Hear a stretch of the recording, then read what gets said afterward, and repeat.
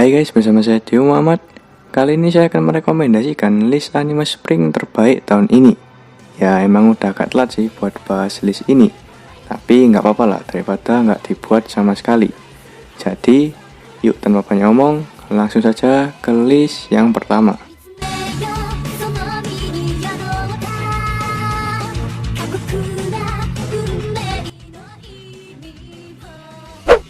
Kaguya-sama Love is War Season 2. Anime ini merupakan anime romcom terbaik untuk saat ini.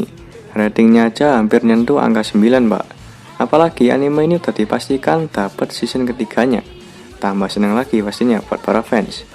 Anime ini menceritakan kisah antara ketua OSIS dan wakil ketua OSIS yang menganggap cinta adalah perang. Jadi mereka ini sebenarnya saling suka, cuma nggak ada yang mau mengakui satu sama lain. Jadinya di setiap episodenya mereka bakal mencari cara untuk membuat salah satu dari mereka mau nembak duluan. Nantinya juga ada anggota OSIS yang lain yang ikut andil dalam jalan ceritanya.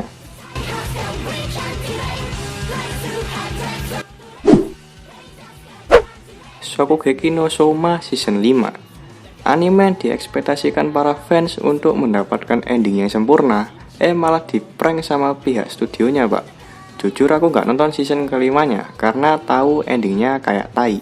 Tapi nggak apa-apa lah, tak masukin ke list karena anime ini termasuk anime terdebes spring kemarin. Bercerita tentang Soma yang masuk ke akademi memasak paling top di dunia. Karena dia sudah belasan tahun berada di dapur, dia pun memiliki rasa percaya diri yang cukup tinggi untuk bisa bersaing dengan para murid lainnya dan mencapai puncak. Sebenarnya anime ini bagus banget, Pak, dari season 1 sampai season kelimanya. Karena jarang-jarang ada anime shonen tapi temanya masak-masak. Cuma ya kecewa aja sama endingnya yang bikin jengkel pastinya.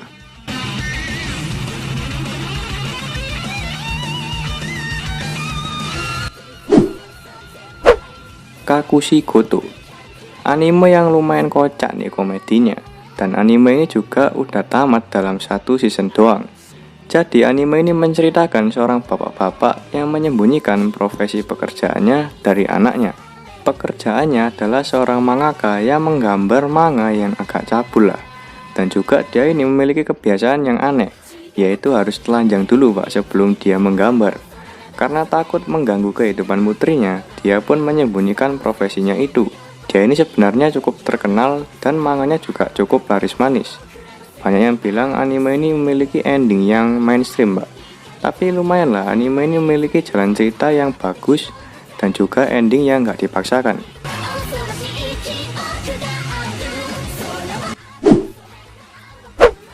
Hokago Teibonishi. Anime slice of life yang pengen bikin mancing nih. Sebenarnya anime ini memiliki jalan cerita yang simpel dan ringan, Pak. Tapi entah kenapa pas aku nonton anime ini terbawa sampai 12 episode tanpa sadar. Jadi anime ini menceritakan seorang siswi bernama Hina yang baru saja pindah sekolah.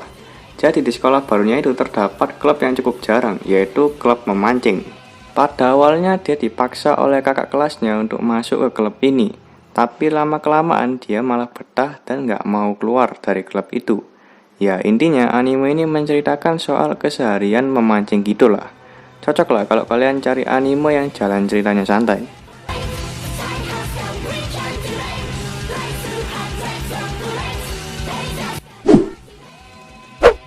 Suku Momo.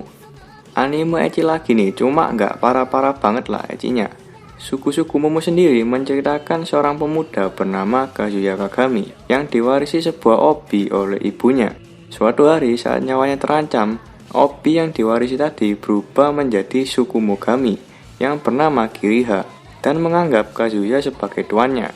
Nah dari situ kehidupan Kazuya mulai berubah dan dikelilingi oleh hal-hal supernatural.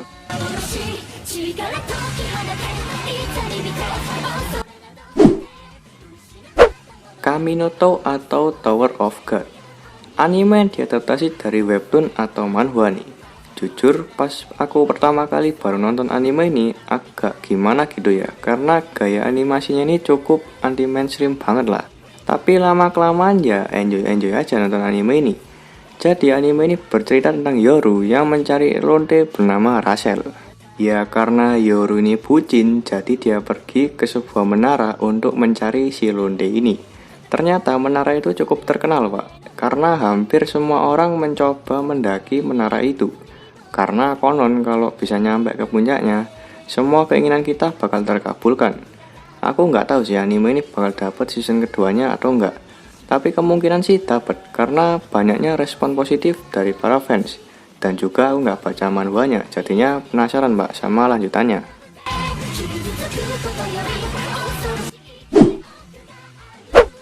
Fruit Basket Season 2. Anime ini mendapatkan adaptasi remake-nya aja udah mantep banget. Apalagi sampai 2 season Pak. Bahkan ada rumor kalau anime ini dapat season 3-nya, yang juga merupakan final season dari anime ini. Jadi anime ini menceritakan tentang seorang gadis bernama Toru yang tinggal di tanah milik keluarga Soma. Suatu hari, Toru mengetahui rahasia dari keluarga tersebut, yaitu kutukan yang membuat mereka bisa berubah menjadi hewan zodiak Tiongkok. Meskipun memiliki topi yang serius, tapi anime ini nggak fokus ke drama banget, malah fokus ke kehidupan sehari-hari. Jadi lumayan ringan lah anime ini kalau ditonton pas lagi nyantai.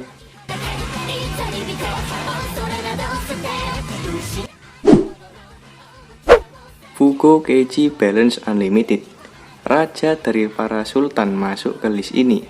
Ya gimana nggak sultan Pak, dia ngabisin uang miliaran dalam 1 hari.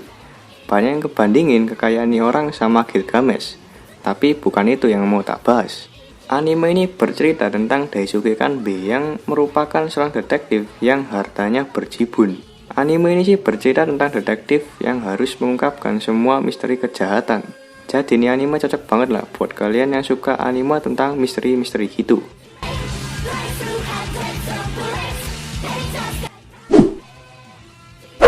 Gleipnir.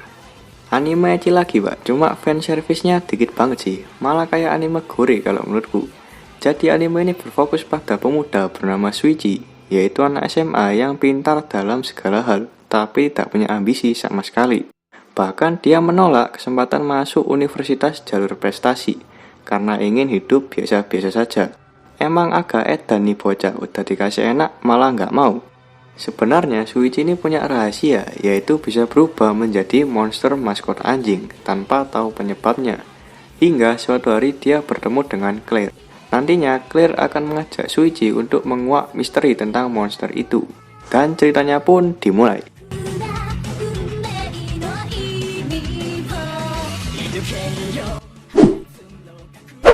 Otome Game no Hametsu. Nggak bosen-bosennya aku bahas anime ini, karena anime ini memiliki jalan cerita yang anti mainstream. Biasanya kalau anime-anime lain udah pasti tentang magic dan action kalau udah kejebak di dunia isekai. Nah kalau anime ini malah memadukan unsur magic dan slice of life yang bisa ditonton saat lagi nyantai. Jadi anime ini menceritakan tentang seorang gadis yang mati dan terjebak di dunia lain. Dan ternyata dunia yang dia tempati saat ini adalah dunia game. Dan dia bereinkarnasi sebagai tokoh antagonis di dunia game tersebut yang bernama Katarina. Kalau dia tetap menjadi tokoh antagonis di dunia barunya itu, dia akan musnah. Nah nantinya dia akan berusaha mencari cara untuk bisa menghindari kehancuran itu.